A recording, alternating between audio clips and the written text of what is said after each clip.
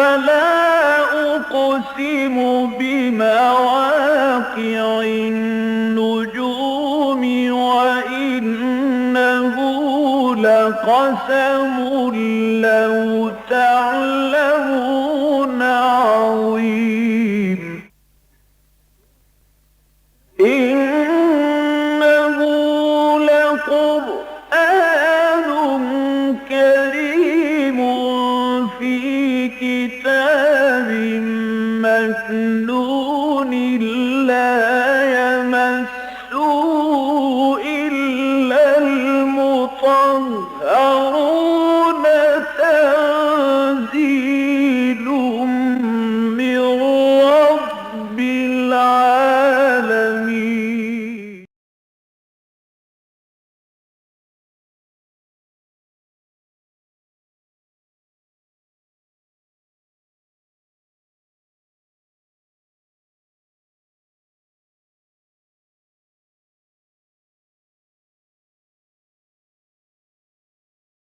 أعوذ بالله من الشيطان الرجيم. بسم الله الرحمن الرحيم. قالوا بل أنتم لا مرحبا بكم أنتم قدمتموه لنا فبئس القرار. قالوا ربنا من قدم لنا هذا فزده عذابا ضعفا في النار. وقالوا ما لنا لا نرى رجالا كنا نعدهم من الأشرار أتخذناهم سخريا أم زاغت عنهم الأبصار.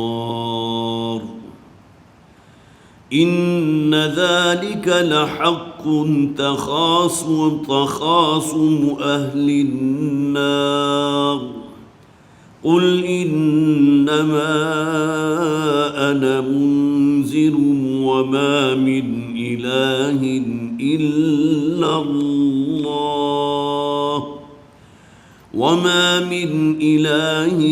إلا الله الواحد القهار. رب السماوات والأرض وما بينهما العزيز الغفار. قل هو نبأ عظيم أنتم عنه معرضون. ما كان لي من علم بالملأ الأعلى إذ يختصمون إن يوحى إلي إلا أنما أنا نذير مبين. إذ قال ربك للملائكة إني خالق بشرا من طين فإذا سويته ونفخت فيه من روحي فقعوا له ساجدين. فسجد الملائكة كلهم أجمعون إلا إبليس استكبر وكان من الكافرين. قال يا إبليس ما منعك أن تسجد لما خلقت بيدي أستكبرت أم كنت من العالين. صدق الله العظيم. رب اشرح لي صدري ويسر لي أمري واحلل عقدة من لساني يفقهوا قولي. اللهم ألهمنا رشدنا وأعذنا من شرور أنفسنا آمین یا رب العالمین. سورہ صاد ہمارے زیر درس ہے. ماہ رمضان المبارک کے آغاز سے پہلے اس سورہ مبارکہ کے 3.5 رکوع ہم مکمل کر چکے تھے۔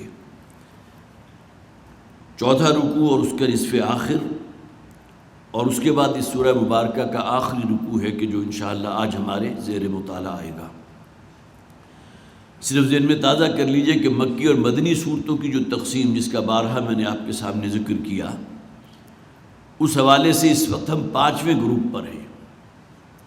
یہ سورہ سبا سے لے کر سورہ احقاف تک یہ 13 مسلسل صورتیں ہیں مکی، جن میں ایک سورت کی سورہ صاد بھی ہے جو ہمارے زیر مطالعہ ہے، اور اس کے بعد 3 مدنی صورتیں آئیں گی، سورہ محمد، سورہ فتح اور سورہ حجرات۔ اس طرح گویا کہ یہ 5واں گروپ جو ہے مکی اور مدنی صورتوں کا مکمل ہوگا۔ اس سورہ مبارکہ کا چوتھا رکوع جو ہمارے زیر مطالعہ تھا، صرف ذہن میں تازہ کر لیجئے، ذکر ہو رہا تھا اہل جنت کا، وہ لوگ کہ جو اللہ کے فرما بردار رہے، جنہوں نے حرام اور حلال کی تمیز کو برقرار رکھا، اور اس کے ساتھ ساتھ یہ ہے کہ نبی اکرم صلی اللہ علیہ وسلم کا اتباع اور اسوہ محمدی صلی اللہ علیہ وسلم اس پر عمل پیرا رہے۔ ان کے بارے میں فرمایا گیا تھا ان للمتقین لحسن مآب، یہ جو متقین ہیں، اللہ کے فرما بردار ہیں، اللہ سے ڈرنے والے ہیں، ان کے لیے بہت ہی عمدہ ٹھکانہ ہوگا۔ جنات عدن مفتحۃ لہم الابواب،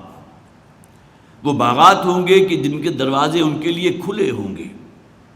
متکئین فیہا یدعون فیہا بفاکہۃ کثیرۃ وشراب، اور وہاں وہ تکیہ لگائے بیٹھے ہوں گے اور منگوا رہے ہوں گے اپنے لیے کثیر تعداد میں پھل بھی اور پینے کی چیزیں بھی۔ میں نے جیسا کہ پہلے بھی عرض کیا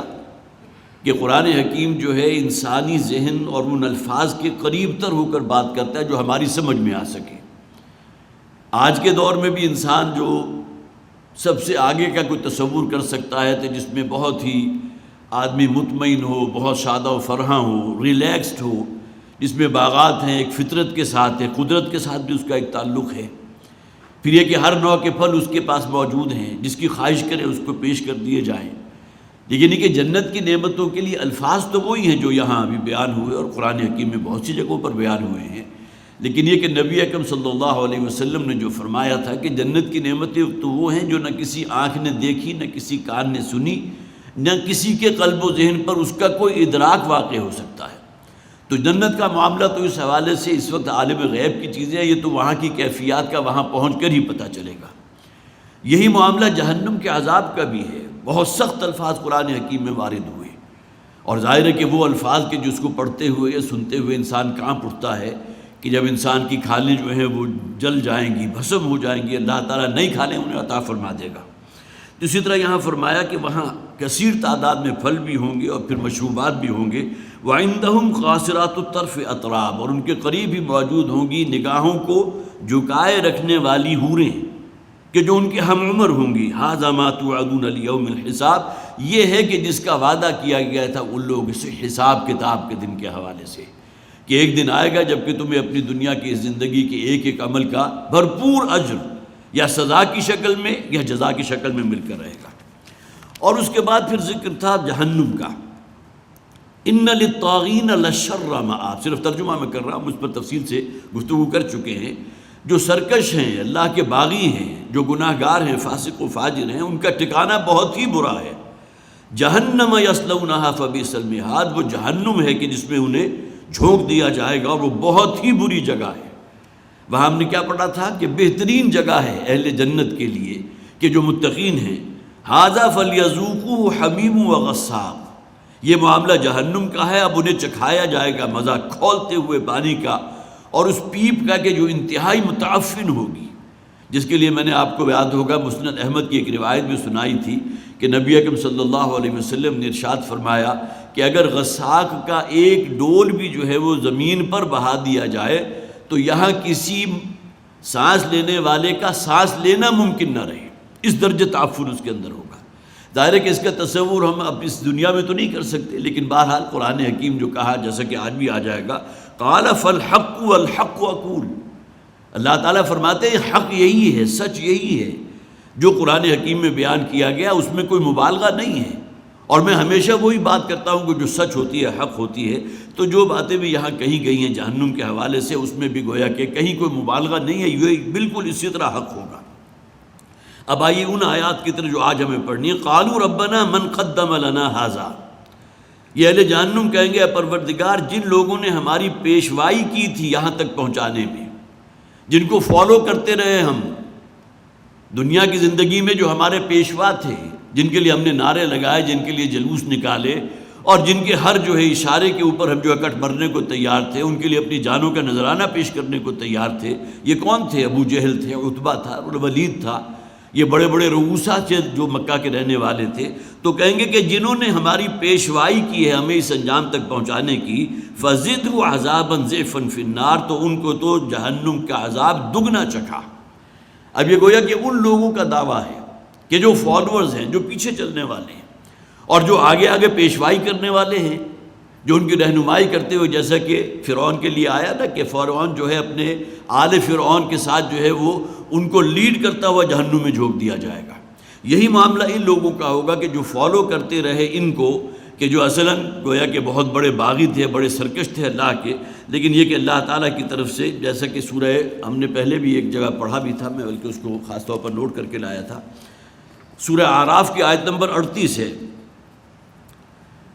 فرمایا قالت خلوا فی امم قد خلت من قبلکم من الجن والانس فی النار. اللہ تعالیٰ فرمائے گا ان قوموں کو کہ جو جہنمی ہوں گی، جن کے بارے میں فیصلہ ہو چکا جہنم کا کہ اب یہ جنات اور انسان کی جو بھی جماعتیں ہیں داخل ہو جائیں اس جہنم میں. کلما دخلت امت لعنت اختہا، جیسے ہی ایک جماعت جو ہے جہنمیوں کے داخل ہوگی تو وہ اپنی دوسری ہم جماعت والوں کو لعنت بھیجے گی. حتیٰ اذا ادارکوا فیہا، یہاں تک کہ جب وہ اس میں جمع ہو جائیں گے، گر جائیں گے. قالت اخراہم لاولاہم، تو وہ جو فالوورز تھے، جو پیچھے چلنے والے تھے، وہ اپنے پیشواؤں سے کہیں گے جو آگے چل رہے ہیں، جنہوں نے لیڈ کیا تھا انہیں، ربنا ہؤلاء یضلونا، اے پروردگار یہ ہیں اصل میں وہ کہ جنہوں نے ہمیں گمراہ کیا، جن کی ہم نے پیروی کی. اضلونا، جنہوں نے ہمیں گمراہ کیا ہے. فآتہم عذابا ضعفا من النار، تو اب ان کو تو آگ کا عذاب جو ہے دگنا مزہ چکھا. قال لکل ضعف، اللہ تعالیٰ کی طرف سے حکم ہوگا اب ہر شخص کے لیے جو ہے وہ دگنا ہی عذاب ہوگا، اس لیے کہ جو پیشوا تھے ان کے اور ان کے پیچھے چلنے والے اپنے بعد آنے والوں کی پیشوائی کر رہے تھے، تو ہر ایک کے لیے دگنا عذاب ہوگا. وَلَٰكِن لَا تَعْلَمُونَ، لیکن یہ کہ تمہیں ابھی اس دنیا میں رہتے ہوئے اس انجام کا کوئی علم نہیں ہے. وہی بات یہاں فرمائی گئی کہ عذاباً ضعفاً فی النار، اس جہنم کا جو ہے جلنے والا دگنا عذاب ان کو چکھا. وَقَالُوا مَا لَنَا لَا نَرَىٰ رِجَالًا كُنَّا نَعُدُّهُمْ مِنَ الْأَشْرَارِ، وہ کہیں گے کہ کیا وجہ ہے کہ آج ہم نہیں دیکھ رہے ان لوگوں کو جن کو ہم شمار کرتے تھے کہ یہ بہت ہی شریر لوگ ہیں. اب یہاں کون لوگ مراد ہیں؟ وہ لوگ جو غلاموں کے طبقے سے متعلق تھے، جو بالکل آغاز کے دور میں نبی اکرم صلی اللہ علیہ وسلم پر ایمان لے کر آئے تھے، اور جن میں حضرت عمار بھی ہیں رضی اللہ تعالی عنہ، حضرت صہیب ہیں، حضرت یاسر ہیں، حضرت بلال ہیں، جن کے بارے میں کہتے تھے یہ تو ہمارے کمی کاری لوگ ہیں. کیا وجہ ہے کہ آج ہم انہیں یہاں نہیں دیکھ رہے؟ گویا کہ وہ یہ سمجھتے تھے کہ شاید یہ جہنم میں ہمارے ساتھ وہ بھی جھونکے جائیں گے جنہیں ہم دنیا کی زندگی میں اب بہت ہی شریر لوگ سمجھتے تھے، بہت شرارتی لوگ سمجھتے تھے، آج ہم ان کو نہیں دیکھ رہے. جیسے کہ حضرت نوح علیہ السلام کا جہاں ذکر ہوا قرآن حکیم میں، وہاں ان کی طرف سے کہا گیا ہم الذین ہم اراذلنا بادی الرائے، وہ لوگ کہ جو ہمارے رذیل لوگ ہیں، جو ہمارے کمی کاری لوگ ہیں، یہ آپ کے گرد جو ہے جمگٹا لگا کر بیٹھے رہتے ہیں، اور ہم اگر آپ سے کوئی بات کرنا چاہیں تو ہم ان کے درمیان تو ہم بیٹھنے اپنے آپ کو بیٹھنا جو ہے کسی طرح مناسب نہیں سمجھتے. لہذا جب تک آپ ان کو نہیں دھتکاریں گے، ان کو دور نہیں کریں گے، ہم آپ کی بات نہیں سنیں گے. نبی اکرم صلی اللہ علیہ وسلم کے ساتھ بھی جس طرح ہم کہتے ہیں نا ہسٹری ریپیٹس اٹ سیلف، یہی معاملہ حضور کے ساتھ بھی ہوا کہ جو بڑے بڑے سردار تھے، بڑے دولت مند لوگ تھے، جو بہت بڑے اشرار تھے، یہ آتے تھے اور کہتے تھے کہ آپ کے پاس تو بیٹھے ہوتے ہیں بلال جو غلاموں کے طبقے سے ہیں، اسی طرح خباب ابن ارت ہے جو لوہار ہیں، اسی طرح جو ہمارے ہاں عام طور پر جسے آپ درجہ چہارم کے لوگ کہتے ہیں وہ لوگ آپ کے گرد بیٹھے ہوتے ہیں. ان کی موجودگی میں تو ہم یہاں آپ کے پاس بیٹھنا بھی گوارا نہیں کر سکتے. اب یہ بہت بڑا اعتراض ان کا تھا. اب وہ کہہ رہے ہیں کہ آج ہمیں وہ لوگ نظر نہیں آ رہے، اتخذناہم سخریہ، جن کا ہم بڑا مذاق اڑایا کرتے تھے، تمسخر اڑایا کرتے تھے دنیا کی زندگی میں. ام زاغت عنہم الابصار، کیا آج ہماری آنکھیں ان سے چوک گئی ہیں؟ کیا وجہ ہے وہ ہمیں نظر نہیں آ رہے ہیں؟ ان بدبختوں کو یہ معلوم نہیں کہ یہ وہ لوگ ہیں جن کا انتہائی اکرام کیا گیا ہے. سورہ یاسین ہم نے پڑھی تھی، وہاں یاد ہوگا کہ جس شخص کو شہید کر دیا گیا تھا، قوم کے لوگوں نے جو ہے ان کو قتل کر دیا، شہید کر دیا، تو اس نے کیا کہا تھا؟ یا لیت قومی یعلمون، کاش کہ میری قوم کو یہ معلوم ہو جائے کہ میرے رب نے میری کتنی قدر افزائی کی ہے، کتنی قدر منزلت کی ہے، کتنا اکرام کیا ہے۔ تو یہ لوگ جنہیں یہ اس دنیا میں شریک کیا لاتے تھے اور جو ہے بہت ہی شر سمجھتے تھے، اللہ تعالیٰ کی طرف سے انہیں جو نعمتیں وہاں، جو ان کی عزت افزائی ہو رہی ہوگی، جو ان کا اکرام ہو رہا ہوگا، تو کہیں گے شاید ہماری آنکھیں ان سے چوک رہی ہیں۔ ان ذالک لحق تخاصم اہل النار، یہ بات ہے کہ جو حق ہے اسی طرح ہو کر رہے گی، اور یہ اہل جہنم کا وہ آپس کا مخاصمت ہے، وہ بحث و نزاع ہے جو آپس میں کریں گے۔ قل، اے نبی آپ کہہ دیجئے، اب یہاں سے آخری رکوع شروع ہو رہا ہے، 5واں رکوع۔ جیسے کہ میں نے پہلے بھی عرض کیا تھا، جو طویل صورتیں ہوتی ہیں، اگرچہ کل 5 رکوع ہیں، زیادہ طویل صورت تو یہ نہیں ہے، لیکن اس کی ابتدائی اور آخری آیات جو ہے بہت اہم ہوتی ہیں، اور اکثر و بیشتر نبی اکرم صلی اللہ علیہ وسلم کو واحد کے صیغے میں خطاب کیا جاتا ہے۔ فرمایا قل انما انا منذر، اے نبی آپ کہہ دیجئے کہ میں تو منذر ہوں، منذر خبردار کرنے والا، ڈر سنانے والا۔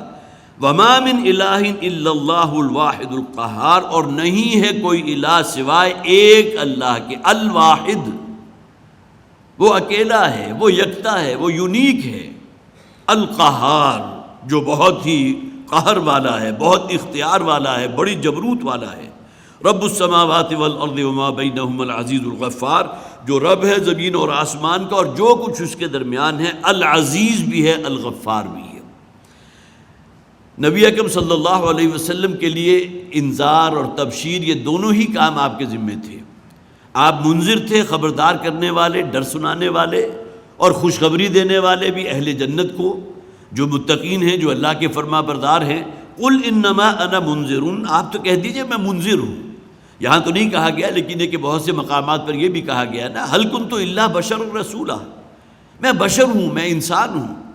تم لوگوں کا یہ اعتراض ہے کہ اللہ تعالیٰ کو اگر کسی کو نبی یا رسول بنا کر بھیجنا ہی تھا تو کسی فرشتے کو بھیجتا، یا دوسرا اعتراض ان کا یہ بھی تھا کہ اللہ تعالیٰ کیا اس پر قادر نہیں ہے کہ ہر شخص پر وحی نازل کر سکتا؟ تو کیوں نہیں ایسا ہوا کہ ہم میں سے ہر شخص کے اوپر اللہ تعالیٰ نے الگ سے کوئی فرشتہ بھیجا ہوتا؟ کیا فرشتوں کی تعداد بڑی محدود ہے؟ تو ہمارے پاس سے اگر اللہ تعالیٰ کی طرف سے کوئی فرشتہ آتا جو ہم تک اللہ کی وحی پہنچاتا تو ہم سب سے بڑھ کر سبقت کرتے، اس پر ایمان لے آتے۔ اب یہ صرف اعتراض برائے اعتراض ہے، اللہ تعالیٰ کی سنت یہ رہی ہے، اور اسی میں اصل میں حجت بنتا ہے وہی انسان جو انہی کے بھائی بندوں میں سے ہوتا ہے جنہیں اللہ تعالیٰ منتخب کرتا ہے نبوت اور رسالت کے لیے، اصل حجت وہ ہے۔ ورنہ فرشتہ جسے نہ کھانے کی ضرورت ہے، نہ کسی اور اعتبار سے کوئی معصیت کا مادہ ان کے اندر کوئی موجود ہوتا ہے، وہ اگر کوئی آئیڈیل بن بھی جائیں تو اس کے اندر کوئی کمال نہیں ہے۔ وہ جو کہا گیا نا کہ فرشتوں سے بہتر ہے انسان ہونا، مگر اس میں پڑتی ہے محنت زیادہ۔ انسان جو ہے وہ نقطہ عروج پر ہے، کلائمیکس پر ہے اللہ تعالیٰ کی مخلوقات میں، تو اس کے اندر ایک فرشتہ بھی موجود ہے، روحانی عنصر بھی موجود ہے، اور اگر وہ اس کو ڈیولپ کرتا ہے اور اپنے جو مادی تقاضے ہیں، جو حیوانی تقاضے ہیں، ان کو سپریس کرتا ہے، تو وہ گویا کہ فرشتوں سے بھی آگے نکل جاتا ہے۔ فرشتوں کو آخر حضرت آدم علیہ السلام کے سامنے سجدہ کرنے کا حکم دیا گیا تھا، نہیں دیا گیا تھا؟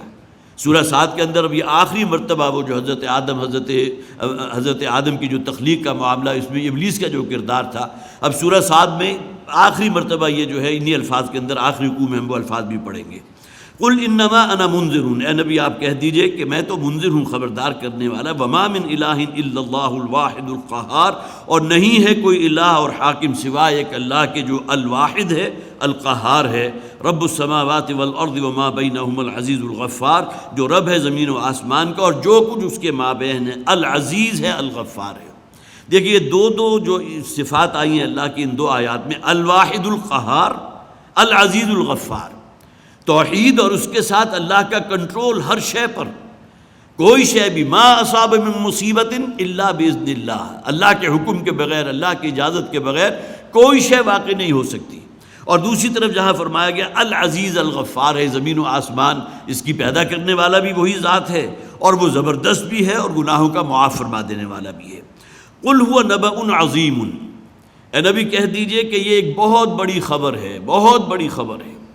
اب یہاں ہوا نبأ عظیم سے مراد دو چیزیں ہیں، مفسرین نے اس کو بیان کیا۔ ایک تو یہ چونکہ قیامت کا ذکر ہو رہا ہے، جہنم کا ذکر ہو رہا ہے، اہل جنت کا ذکر بھی ہوا، تو یہ تمام باتیں جو بتائی جا رہی ہیں یہ نہ سمجھو کہ کوئی مبالغے کی شے ہے،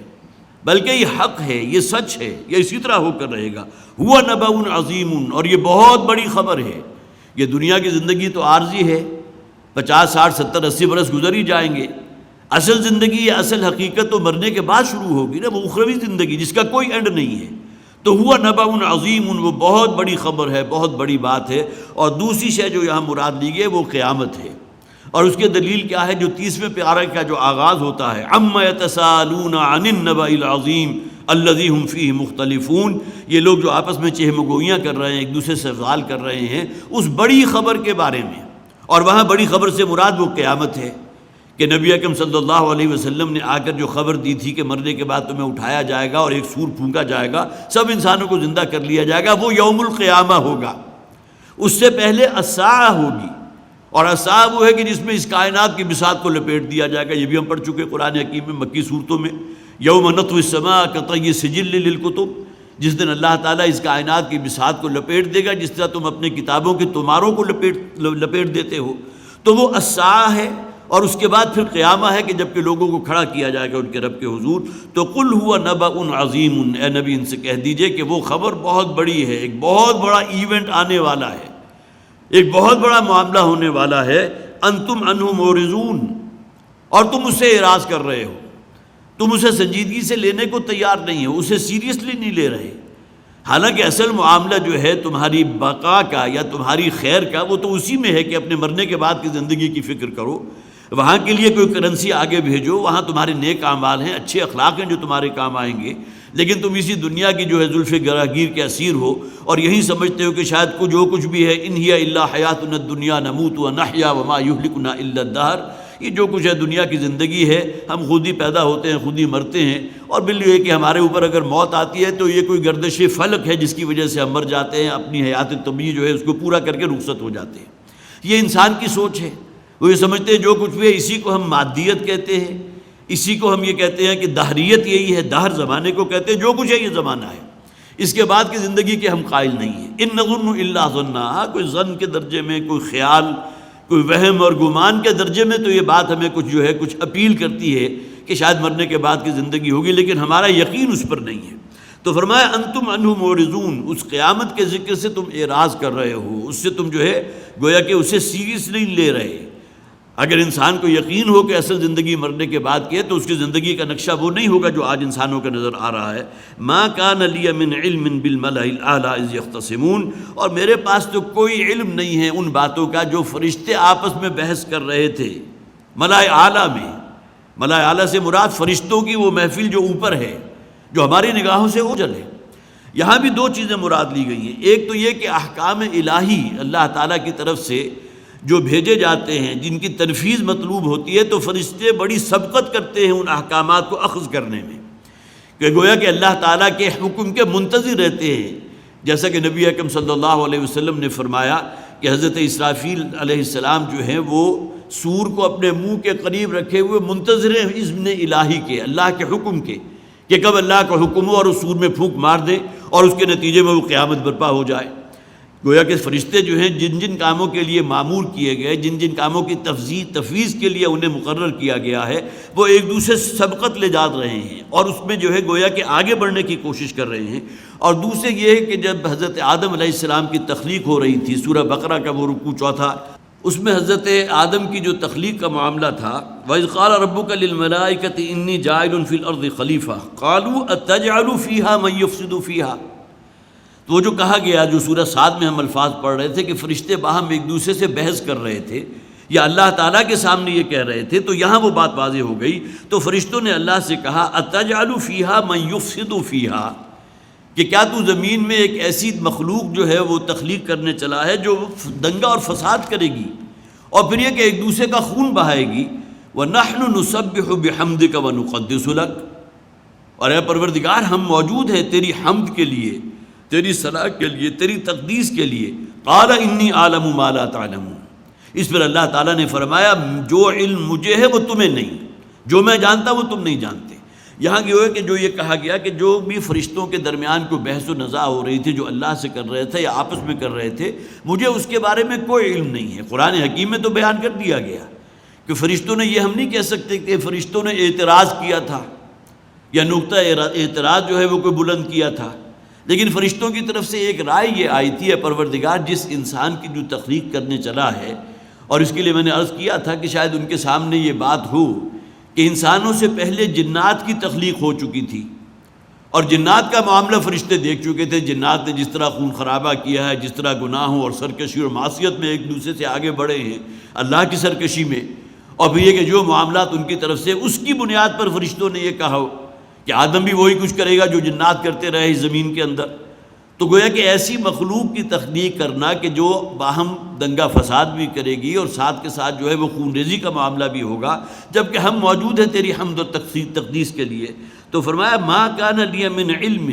اے نبی آپ کہہ دیجئے مجھے کوئی علم نہیں ہے کہ کیا مکالمہ ہوا تھا اللہ کے ساتھ فرشتوں کا، جو بحث و نزاع ہوئی تھی اس کے بارے میں مجھے کوئی علم نہیں ہے۔ ان یوحا الیہ، وہ یہ بھی اس بات کو بھی نوٹ کیجئے یہ مکی صورت ہے، گویا کہ اس سے پہلے ابھی وہ سورہ بقرہ کا جو چوتھا رکوع جو مدنی صورت میں نازل ہوا ہے وہ اس سے پہلے نازل نہیں ہوا تھا۔ بعد میں تو گویا کہ وہ بات واضح ہو گئی، جیسا کہ ہمارے مفسرین نے بھی اس بات کو بیان کیا ہے۔ یہاں نبی اکرم صلی اللہ علیہ وسلم سے کہا گیا کہ آپ یہ کہہ دیجئے مجھے کچھ معلوم نہیں کہ فرشتوں اور رب کے درمیان کیا مکالمہ ہوا تھا، لیکن یہ کہ بعد میں جب سورہ بقرہ جب نازل ہو گئی تو اس کے بعد پھر بات واضح ہو گئی کہ فرشتوں نے یہ بات اپنی طرف سے رائے کے درجے میں رکھی تھی، کوئی اعتراض نہیں کیا تھا کہ پروردگار جو تو مخلوق بنانے چلا ہے وہ تو باہم دنگا فساد کرے گی اور خون ریزی کرے گی۔ ما کان لی من علم بالملأ الاعلی اذ یختصمون، مجھے کچھ علم نہیں ہے، مجھے کوئی خبر نہیں ہے ملأ اعلیٰ کی اس مجلس کے بارے میں، فرشتوں کی اس محفل کے بارے میں جب وہ باہم ایک دوسرے سے بحث و نزاع کر رہے تھے۔ ان یوحا الی الا انما انا نذیر مبین، مجھے تو یہ بات وحی کر کے بتا دی گئی ہے کہ میں نہیں ہوں مگر نذیر، ڈر سنانے والا، خبردار کر دینے والا، ہر شے کو کھول کھول کر بیان کر دینے والا۔ میرا تو معاملہ یہ ہے، مجھے اللہ تعالیٰ نے نبوت اور رسالت کا جو مقصد ہے، جو کیڈر ہے، اس کے لیے منتخب کر لیا، اور اس کے تحت جو ہے مجھے حکم دیا گیا کہ میں تمہارے اندر جو ہے ان باتوں کو پہنچا دوں، جو اللہ کے پیغامات ہیں، جو بھی رسالات ہیں وہ تم تک پہنچا دوں۔ اذ قال ربک للملائکۃ انی خالق بشرا من طین، اب یہاں دیکھیے آخری مرتبہ جیسا کہ میں نے عرض کیا تھا صرف ایک مدنی صورت ہے سورہ بقرہ، چوتھا رکوع جس کا میں نے ابھی آپ کو حوالہ دیا تھا، اور اس کے بعد پھر 6 اور مقامات ہیں مکی صورتیں کہ جہاں حضرت آدم کی تخلیق کا واقعہ کا ذکر کیا گیا۔ سورہ اعراف میں ہم نے پڑھا، سورہ نحل میں ہم نے پڑھا، پھر سورہ بنی اسرائیل میں، پھر سورہ کہف میں، اور اس کے بعد سورہ طٰہٰ، اور اب یہ سورہ صاد ہے آخری مرتبہ۔ فرمایا اذ قال ربک للملائکۃ انی خالق بشرا من طین، یاد کرو جب کہ کہا تھا تمہارے رب نے فرشتوں سے مخاطب ہو کر، انی خالق، میں بنا رہا ہوں، میں بناتا ہوں، بشرن ایک انسان، من طین مٹی کا۔ وہاں ذکر کیا گیا تھا میں اپنا خلیفہ بنانے چلا ہوں، انی جاعل فی الارض خلیفہ، یہاں بشر کا لفظ آ گیا۔ یہاں ایک درجے میں گویا کہ ان لوگوں کے لیے کہ جو کسی نہ کسی حد تک یہ سمجھتے ہیں کہ اللہ تعالیٰ نے، اگرچہ ہمارا جسے آپ کا یہ متفق علیہ جو عقیدہ ہے وہ یہ ہے کہ اللہ تعالیٰ نے حضرت آدم کو، جیسا کہ آ گیا خلقتہ بیدی، اللہ نے اپنے دونوں ہاتھوں سے حضرت آدم کی تخلیق کی، لیکن یہ کہ یہاں چونکہ یہ بشر کا لفظ آیا تو معلوم ہوتا ہے کہ ایک نوع جو ہے جسے ہیومنز کہتے ہیں وہ وجود میں آ چکی تھی، اور اس میں سے کسی ایک شخص کو اللہ تعالیٰ نے منتخب کیا ہے بطور نبی اور رسالت، اور اس میں اپنی روح میں سے پھونکا۔ فَإِذَا سَوَّيْتُهُ وَنَفَخْتُ فِيهِ مِن رُوحِي فَقَعُوا لَهُ سَاجِدِينَ، یہاں بھی آ جائے گا جب میں اس کا تصفیہ کر دوں اور اس کی نوک پلک جو ہے بالکل سوار دوں اور اپنی روح میں سے پھونک دوں تو اس کے سامنے سجدہ ریز ہو جانا۔ تو یہاں بشر کا لفظ آیا، گویا کہ میں ایک نو تخلیق کرنے چلا ہوں جسے بشر کہتے ہیں، جسے انسان یا آدمی کہتے ہیں، من طین، یہی گانے جہاں سے گویا کہ لائف کا آغاز ہوا تھا، جہاں سے زندگی کا آغاز ہوا۔ فَإِذَا سَوَّيْتُهُ وَنَفَخْتُ فِيهِ مِن رُوحِي فَقَعُوا لَهُ سَاجِدِينَ، اور جب میں اس کی نوک پلک درست کر دوں، سوا اس کے معنی کیا ہے، کسی شے کو پوری اس کی جو ظاہری حیت ہے اس کو مکمل کر دینا، گویا کہ نقش و نگار بھی ہو گئے، آدم کی 2 آنکھیں بھی بن گئیں، 2 ہاتھ بھی دے دیے اسے، اور پھر یہ کہ اس کا جو حیوانی جسم ہے اس کو پوری طرح مکمل کر دیا۔ سَوَّيْتُهُ وَنَفَخْتُ فِيهِ مِن رُوحِي، اور اس میں اپنی روح میں سے پھونک دوں۔ اب یہاں نسبت جو ہے روح کی اللہ تعالیٰ نے اپنی ذات کی طرف کی ہے، من روحی، اپنی روح میں سے پھونک دوں، فَقَعُوا لَهُ سَاجِدِينَ، تو اس کے سامنے سجدہ ریز ہو جانا۔ اب یہ انسان کے وجود کے جو دو الگ الگ ہیں، بالکل دو الگ وجود ہیں، ایک حیوانی وجود ہے، ایک روحانی وجود ہے۔ حیوانی وجود میں ہم کسی حیوان سے کم نہیں، جو بھی حیوانی جبلتیں ہمارے اندر بھی موجود ہیں، پیٹ کھانے کو مانگتا ہے، بقائے نسل کے لیے اللہ نے ایک جذبہ رکھ دیا۔ اسی طرح اور بہت سی جسے آپ اینیمل انسٹنکٹس کہتے ہیں وہ ہمارے اندر بھی موجود ہے، حیوانوں کے اندر بھی موجود۔ لیکن یہ کہ جو شے ہمیں ڈفرینشیٹ کرتی ہے حیوانات سے وہ روح ربانی ہے کہ جس کا ایک عکس ہمارے اندر موجود ہے۔ یہاں تو حضرت آدم علیہ السلام کا ذکر ہوا قرآن حکیم میں 7 مقامات میں سے 2 وہ ہیں کہ جہاں یہ فرمایا گیا کہ جب میں اس آدم کے اس جسد خاکی کو مکمل کر دوں اور اس میں اپنی روح میں سے پھونک دوں تو اس کے سامنے سجدہ ریز ہو جانا، 2 مقامات پر آیا۔ تو گویا کہ یہ جو معاملہ ہے کہ حضرت آدم علیہ السلام کے ساتھ اس روح کا الحاق، یہ تو گویا کہ قرآن حکیم سے ثابت ہے، لیکن احادیث سے ہمیں پتہ چلتا ہے کہ نبی اکرم صلی اللہ علیہ وسلم نے فرمایا، اس کا بارہا میں نے حوالہ دیا، پھر یہ تمام چیزیں جو ہے ریمائنڈرز ہوتی ہیں، دوبارہ یاد دہانی کے لیے ہے کہ جب رحم مادر میں انسانی جنین جو وہ تخلیق کے مختلف مدارج جو ہے طے کر رہا ہے، جب 120 دن اس پر مکمل ہو جاتے ہیں، 40 دن وہ نطفے کی شکل میں ہے، 40 دن مضغہ کی شکل میں ہے، 40 دن علقہ کی شکل میں ہے، جب 120 دن مکمل ہو جاتے ہیں تو اللہ تعالیٰ ایک فرشتے کے ذریعے اس روح کو لا کر اس جسم کے ساتھ منسلک فرما دیتے ہیں۔ یرسل الیہ الملک، الفاظ یہ ہیں کہ اللہ تعالیٰ ایک فرشتے کو بھیجتے ہیں، وہ اس کی روح کو لا کر اس کے جسم کے ساتھ منسلک کر دیتے ہیں۔ گویا کہ ابھی انسان اس دنیا میں اس کی ولادت نہیں ہوئی، لیکن اس کے باوجود وہ روح ربانی کا ایک جو عکس ہے وہ اس کی ذات میں موجود ہے۔ یہ دونوں چیزیں مل کر انسان کے ان دونوں وجودوں کی تکمیل کرتی ہیں، ایک حیوانی وجود اور ایک اس کا خاکی وجود،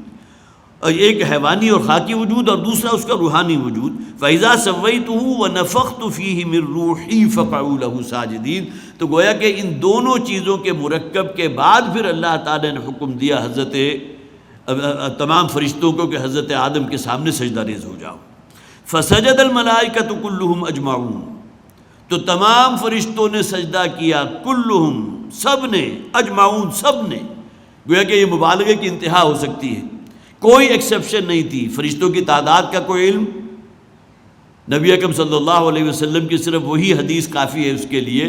کہ اس کائنات میں کوئی چپا بھر جگہ بھی ایسی موجود نہیں جہاں کوئی فرشتہ موجود نہ ہو اور اللہ کی حمد و ثنا نہ کر رہا ہو۔ اور اس کائنات کی وسعت کتنی ہے، اول تو فرشتے کا وجود کتنا علاقہ ہے، مطلب کتنا ہے، اس کا ہم اندازہ نہیں کر سکتے۔ حضرت جبرائیل علیہ السلام کو نبی اکرم صلی اللہ علیہ وسلم نے 2 مرتبہ اپنی اصل صورت میں جو ملکی صورت ہے دیکھا، اور ایک مرتبہ جو دیکھا تو پورا افق جو ہے حضرت جبرائیل سے گویا کہ جو ان کی اصل صورت ہے اس سے پورا افق جو ہے وہ بھرپور تھا، بھرا ہوا تھا۔ تو اس سے بھی اندازہ ہوتا ہے کہ فرشتے کی جو بھی ہے اس کی جو اصل ملکی صورت ہے اس کا حجم کیا ہوگا۔ لیکن یہ کہ حضور صلی اللہ علیہ وسلم نے اگر یہ فرما دیا کہ اس کائنات میں چپا بھر جگہ بھی ایسی نہیں جہاں کوئی فرشتہ موجود نہ ہو، اللہ کی حمد و ثنا نہ کر رہا ہو، تو اس سے آپ اس کی تعداد کا اندازہ لگا سکتے ہیں۔ تو کلہم اجمعون، سب نے مل کر سجدہ کیا آدم کو، الا ابلیس، سوائے ابلیس کے۔ اب یہاں فوری طور پر ایک سوال تو یہ پیدا ہوتا ہے کہ ابلیس بھی شاید فرشتہ تھا، قرآن نے اس کی نفی کر دی۔ سورہ کہف میں فرمایا کان من الجن ففسق عن امر ربہ، فرشتہ یہ ابلیس جو تھا وہ فرشتوں میں سے نہیں تھا بلکہ جنات میں سے تھا۔ کان من الجن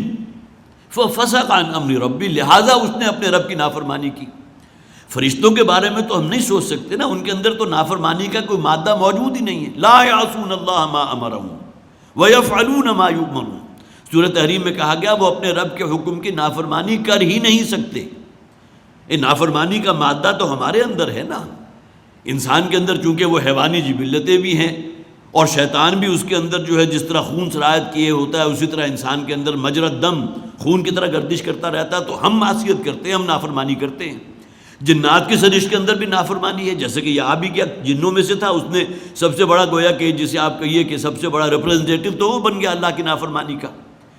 الا ابلیس، سوائے ابلیس کے۔ استکبر وکان من الکافرین، اس لیے کہ اس نے غرور کیا تھا، استکبار کیا، گھمنڈ کیا اور وہ ہو گیا کافروں میں سے۔ یہ غرور کیا تھا یہاں فرما دیا گیا، جیسے کہ ابھی مکالمہ بھی آگے آئے گا۔ اصل بات کیا تھی کہ اس جن کو یہ زوم تھا کہ مجھے تو اللہ نے پیدا کیا ہے آگ کی لپٹ سے، اور انسان کو پیدا کیا ہے گارے سے، نہ صرف گارا بلکہ وہ گارا کے جو متعفن ہو چکا ہو، جس میں سڑاند اٹھ رہی ہو، جس میں چپچپاہٹ پیدا ہو گئی ہو، من طین لازب، وہ گارا کے جو چپچپانے لگا اور اس کے اندر جو ہے فرمنٹیشن کی وجہ سے اس میں بھڑاس پیدا ہو گئی، اس سے انسان کو پیدا کیا۔ اس بنیاد کے اوپر یہ شیطان لعین جو تھا، یہ جنات میں سے جو تھا، اس نے کہا کہ میں آدم سے افضل ہوں۔ قال یا ابلیس ما منعک ان تسجد لما خلقت بیدی، اللہ تعالیٰ نے فرمایا اے ابلیس، کیا شے رکاوٹ بنی کہ تم نے سجدہ نہ کیا اس کو جس کو میں نے اپنے دونوں ہاتھوں سے تخلیق کیا تھا۔ اب یہاں یہ انداز جو بیان کیا گیا کسی اور مقام پر نہیں ہے، وہاں تو یہ ہے کہ میں نے جس کا تمہیں حکم دیا تم نے کیوں نافرمانی کی، کیوں سجدہ نہیں کیا۔ پہلے بھی ہم پڑھ چکے ہیں کہ جہاں اس نے پھر شیطان نے یہی کہا تھا کہ انا خیر منہ خلقتنی من نار وخلقتہ من طین، جیسا کہ یہاں آ گیا کہ میں اس سے بہت بہتر ہوں، مجھے تو نے آگ سے پیدا کیا اور اس کو جو ہے وہ سڑے ہوئے گارے سے پیدا کیا، میں اس سے افضل ہوں، میں اس سے اعلیٰ ہوں۔ تو ان تسجد لما خلقت بیدی، کیا شے رکاوٹ بنی، کیا شے تھی کہ جو اس نے تمہیں منع کر دیا اس بات سے کہ تم سجدہ کرتے اسے جسے میں نے اپنے دونوں ہاتھوں سے پیدا کیا۔ اب یہاں دونوں ہاتھوں سے مراد کیا ہے؟ ایک تو یہ کہ جو شے اللہ نے خود اپنے ہاتھوں سے بنائی ہو، اس کی عظمت اور اس کا شرف اور اس کا جو مقام ہے، اس کا کوئی تصور کر سکتے ہو؟ اس کی چھوٹی سی مثال یہ ہے کہ ایک شے جو کسی عام انسان نے بنائی، ایک شے وہ ہے جو بادشاہ نے اپنے ہاتھوں سے بنائی ہو، تو ظاہر ہے جو قدر و منزلت اس شے کی ہوگی جو کوئی بادشاہ اپنے ہاتھوں سے بنائے گا اور معلوم ہوگا یہ فلاں بادشاہ نے اپنے ہاتھ سے بنائی تھی، تو اللہ تعالیٰ جو تمام بادشاہوں کا بادشاہ ہے وہ اگر منسوب کر رہا ہے اس جانب کہ جسے میں نے اپنے دونوں ہاتھوں سے بنایا، اس کے معنی کیا ہے؟ اس کا جو عظمت ہے اس کا اندازہ کرو، اس کی قدر و منزلت، اس کے شرف کا اندازہ کرو، جس کو میں نے خلقت بیدی اپنے دونوں ہاتھوں سے بنایا۔ تو گویا کہ یہ بھی بہت بڑا مظہر بن گیا آدم کے شرف کا، اس کی عظمت کا۔ وَلَقَدْ كَرَّمْنَا بَنِي آدَمَ وَحَمَلْنَاهُمْ فِي الْبَرِّ وَالْبَحْرِ، ہم نے بڑی عزت دی تھی، بڑی تکریم دی تھی بنی آدم کو، اور اسے یہ بحر و بر میں جو ہے ہم نے جو اس کی جو تخلیق ہے بہت ہی اونچے مقام پر ہوئی۔ لَقَدْ خَلَقْنَا الْإِنسَانَ فِي أَحْسَنِ تَقْوِيمٍ، سورۃ 3 میں فرمایا گیا ہم نے انسان کو بہترین تقویم پر پیدا کیا۔ تو خلقتہ بیدی، جیسا کہ یہاں کہا گیا لما خلقت بیدی، جس کو میں نے اپنے دونوں ہاتھوں سے بنایا۔ اور یہاں دوسری شے یہ بھی مراد ہے کہ یہاں انسان کے جو دو وجود ہیں، ایک حیوانی وجود جس کا بھی میں نے ذکر کیا اور دوسرا اس کا روحانی وجود، ان دونوں کی طرف اشارہ ہے۔ گویا کہ یہ مخلوق وہ ہے کہ از فرشتہ سرشتہ وز حیوان، اس میں ایک حیوانی وجود بھی موجود ہے اور ایک ملکوتی عنصر بھی موجود ہے، تو اس کے سامنے سجدہ ریز ہونے کا حکم دیا گیا تھا نا۔ کیا شے رکاوٹ بنی اس بات میں کہ تم نے سجدہ نہیں کیا اس کو جس کو میں نے اپنے دونوں ہاتھوں سے بنایا تھا؟ استکبرت ام کنت من العالین، یہ تم نے جو غرور کیا ہے، جو تکبر تمہارے اندر پیدا ہو گیا کہ میں بڑا افضل ہوں، میں بہت اعلیٰ ہوں، میں بہت عرفہ ہوں اس سے، اور تم یہ سمجھتے ہو استکبرت ام کنت من العالین، کیا تم نے یہ غرور کیا ہے اور تم یہ جو ہے اپنے آپ کو بہت اونچے درجے کے لوگوں میں سمجھتے ہو؟ قال انا خیر منہ خلقتنی من نار وخلقتہ من طین، اس پر اس ابلیس نے کہا کہ میں اس سے بہتر ہوں۔ گویا کہ وہ ضد اور ہٹ درمی اس کے اندر پیدا ہو گئی۔ یہ نہیں کہ اللہ تعالیٰ نے اگر اسے کچھ بات اس حوالے سے کوئی بات کہی بھی تھی تو اس کے اندر کچھ شرمندگی پیدا ہوتی کہ واقعتاً میں نے اپنے رب کا حکم نہیں مانا، نافرمانی کی ہے۔ وہی بات ہے نا کہ اصل میں تو گناہ کا صدور حضرت آدم سے بھی ہوا۔ حضرت آدم کو منع کیا گیا تھا کہ اس درخت کے قریب نہ جانا، لیکن وہ ملوث ہو گئے جس کی وجہ سے ان سے وہ خلت بھی چھین لی گئی۔ تو گویا کہ گناہ کا صدور تو ان سے بھی ہوا، نافرمانی انہوں نے بھی کی، لیکن یہ کہ فوری طور پر انہوں نے پھر جو اللہ کے حضور جو ہے وہ پھر توبہ کی ہے، استغفار کی ہے۔ ربنا ظلمنا انفسنا وان لم تغفر لنا وترحمنا لنکونن من الخاسرین، یہ گویا کہ الفاظ تھے کہ اللہ تعالیٰ نے ان کی توبہ کو قبول فرما لیا۔ اس کے برعکس شیطان کا معاملہ کیا تھا کہ اس کے اندر ضد پیدا ہو گئی، ہٹ درمی پیدا ہو گئی، اور سب سے بڑھ کر غرور اور تکبر پیدا ہو گیا۔ انا خیر منہ خلقتنی من نار وخلقتہ من طین، میں اس سے بہت بہتر ہوں آدم، یہ جو تو نے تخلیق کیا ہے، اس لیے کہ تو نے مجھے آگ سے پیدا کیا اور اسے مٹی سے پیدا کیا۔ قال فاخرج منها فانک رجیم،